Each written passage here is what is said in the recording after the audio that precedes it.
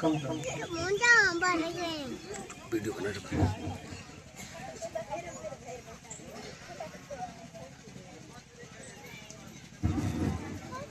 हम लोग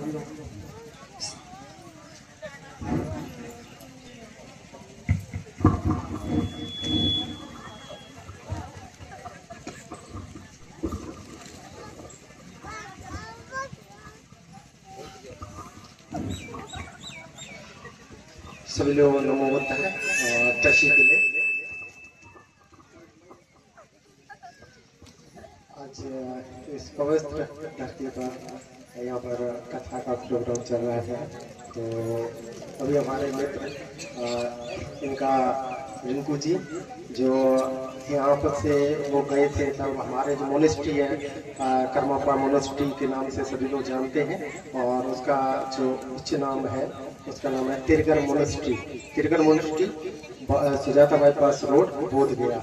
तो वहाँ पर ही हमने शिक्षा ग्रहण की है, और हमारे मित्र रिंकू हैं उन्होंने भी वहाँ पर शिक्षा ग्रहण की है। तो वहाँ पर अभी लगभग 220 बच्चे अभी शिक्षा ग्रहण कर रहे हैं। और वहाँ पर नेपाल के बच्चे हैं, यूपी के हैं, और अरुणाचल के हैं, अलग अलग स्टेट के भी बच्चे वहाँ पर शिक्षा ग्रहण कर रहे हैं। तो उन लोगों को सभी को शिक्षा यही नहीं है कि उनको केवल बुद्धिज्म के बारे में पढ़ाया जाता है। उन लोगों को हिंदी है, साइंस, सोशल साइंस, मैथ है और कंप्यूटर, और उन लोगों को बहुत सारी जो शिक्षा जो जनरल एजुकेशन है वो भी दी जाती है सभी लोगों को।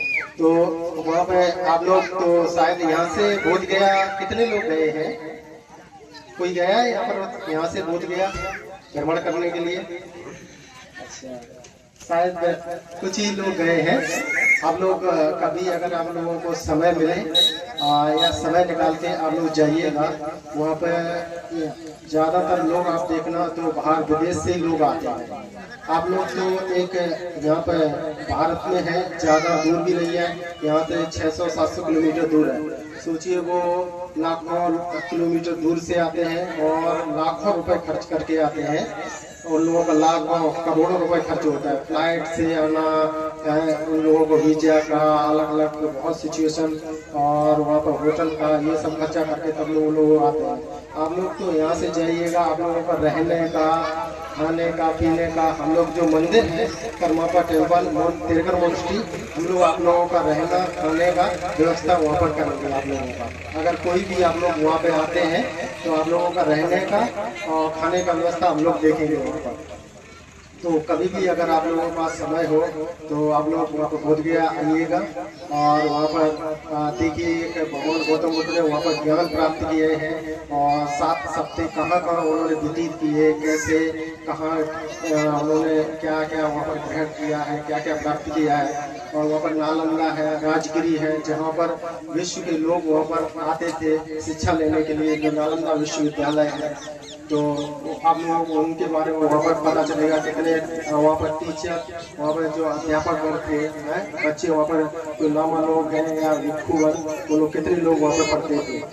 तो वहाँ पर उसी के माध्यम से हमारा तिरगर मोनेस्ट्री भी है, तो उसमें भी बच्चे वैसे ही लगभग 5 साल से 18 साल के बच्चे हैं, वहाँ पर सभी पढ़ते हैं उन लोगों का। उसी के माध्यम से हम लोग एक मोनेस्ट्री, हमारे जो पूज्य गुरु हैं युंगे मिगे रिम्पोछे, उन्होंने हमारे संकिसा में वहाँ के स्कूल के लिए एक ज़मीन ली है। यहाँ पर लगभग 15 बीघा ज़मीन ली है, जो आसपास के या यहाँ पर यूपी में बहुत सारे लोग हैं और वो अपने बच्चों को पढ़ा नहीं सकते हैं। उन लोगों के पास इतनी अवेलेबिलिटी है, उनके पास इतनी क्या बोलेंगे कि उनके पास इतना सहयोग नहीं है अपने बच्चों को पढ़ा सकें, तो उनके लिए फ्री एजुकेशन है। तो लोगों के लिए फ्री एजुकेशन के लिए यहाँ पे एक स्कूल खोला जाएगा। अभी हमने बाउंड्री कर दी है, तो वहाँ पे शिक्षा ग्रहण के लिए वहाँ पे कुछ शायद देखो अभी 4-5 साल के बाद वहाँ पे बच्चों को पढ़ाने के लिए बच्चे हो या बच्चियाँ वहाँ पर पढ़ने के लिए रहेंगे। तो वहाँ पर अभी सभी शिक्षा दी जाएंगी उन लोगों को। हिंदी है, साइंस है, सोशल साइंस है, या जो भी सब्जेक्ट है वहाँ पे एक माध्यम ये रहेगा कि बुद्ध का भी ज्ञान उसमें सम्मिलित रहेगा जो शिक्षा में। क्योंकि ये नहीं है कि बुद्ध का एकदम कोई धर्म है अलग, बुद्ध का एक धम्म है। धम्म मतलब होता है उनकी शिक्षाएं, है ना। धम्म मतलब टीचिंग, प्रवचन। क्योंकि धम्म दिया बुद्ध ने, धर्म नहीं दिया। बुद्ध ने क्या दिया? धम्म दिया। धम्म मतलब एकदम उनका प्रवचन, उन्होंने अच्छा रास्ता दिखाया है बुद्ध ने। बुद्ध ने, आपने देखा होगा कहीं भी नहीं लिखा है कि बुद्ध ने बोला है कि ये रास्ता दिखाया तो उस पे चलो, नहीं। पहले उसको आप उस रास्ते पे चल के देखिए, अगर अच्छा लगे तो आप चलिए, नहीं अच्छा लगे तो कोई बात नहीं। कभी भी उन्होंने आपको फोर्स करके, या तो बोले जरूरी ऐसा करो या ऐसा करना है, या आपको ऐसा नहीं करोगे तो आपके साथ ये होगा या वो होगा, ऐसा नहीं बताया आपको। उन्होंने बताया आप करके देखिए, अच्छा लगे तो ठीक है चलिए, नहीं लगता है तो कोई बात नहीं। हमारी अगर जो प्रवचन है, अगर अच्छे आपको, अगर अच्छे रास्ते पर और आपको अच्छे कर्म पर आधारित और आपको बढ़ाने में उन्नति करते हैं, अगर बढ़ावा में आपको रास्ता दिखाते हैं तो आप उस पर चलिए। तो इसीलिए बुद्ध का ऐसा ज्ञान अगर रहा है तो शिक्षा पे रहा है, और बुद्ध का अगर जो भी अनुयायी रहा है तो वो शिक्षा के माध्यम पे चल के रहा है। जैसे सम्राट अशोक, उन्होंने भी बहुत सारे जो विश्वविद्यालय उन्होंने बनवाए हैं, नालंदा विश्वविद्यालय, और हमारे बहुत सारी उन्होंने यूनिवर्सिटी बनवाई। तो किसके? शिक्षा के आधार पर, क्योंकि शिक्षा बहुत जरूरी है। अगर शिक्षा है आपके पास तभी आप अपने समाज, परिवार, उसको आप बढ़ावा दे सकते हैं। अगर आपके पास शिक्षा नहीं है तो आप उनको या परिवार को आगे नहीं बढ़ा सकते, क्योंकि आपको शिक्षा जरूरी नहीं है आपको कि पढ़ाई की हो। हर चीज की शिक्षा अलग अलग है ना। अगर आपका बच्चा पढ़ाई में अगर उन्नति कर रहा है तो खेलने से भी बहुत सारे लोग, इतने लोग बाहर बढ़े हैं, है ना। तो किसी आधार में कोई मैथ में जाएगा तो वो भी आगे, है ना। साइंटिस्ट में जाएगा, अगर साइंस पढ़ेगा तो उसमें साइंटिस्ट बनेगा, मैथ में जाएगा तो इंजीनियर बनेगा। तो मतलब शिक्षा है, शिक्षा क्या है? अलग अलग है। अब ये बोलो कि मुझे इसमें कुछ नहीं आता तो दूसरा चीज में आपको आएगा, अगर दूसरे में नहीं आता तो तीसरे में आएगा। लेकिन आना तो है, ये नहीं आएगा कि मुझे इस रास्ता में नहीं मिल रहा है तो मैं वापस आ जाऊँ, इसमें नहीं आ रहा है दूसरा रास्ता में देखिए, दूसरा नहीं तीसरे पे देखिए। आपके लिए रास्ता कोई ना कोई तो होगा, ऐसा नहीं है कि नहीं है जरूर, लेकिन आपको चुनना आपके हाथ में। जब तक आप उस रास्ते को चुनोगे नहीं, देखोगे नहीं, तब तक आप उसके द्वार पर पहुँचोगे नहीं। तो इसलिए आप लोग वो रास्ता चुनिए और शिक्षा पर आधार रखिए।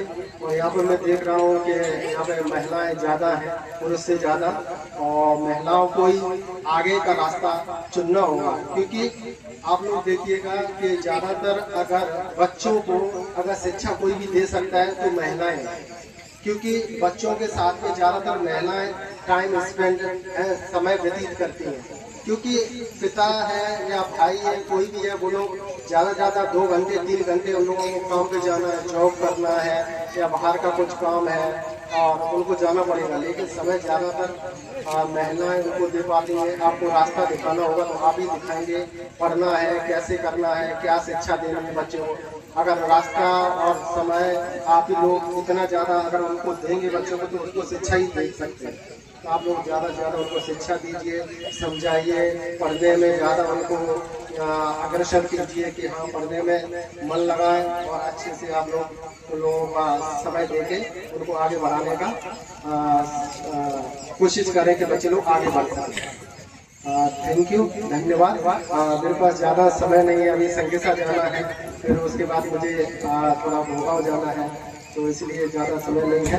मैंने आपका समय बहुत ले लिया, इसलिए माफ़ी चाहते हैं। धन्यवाद, थैंक यू।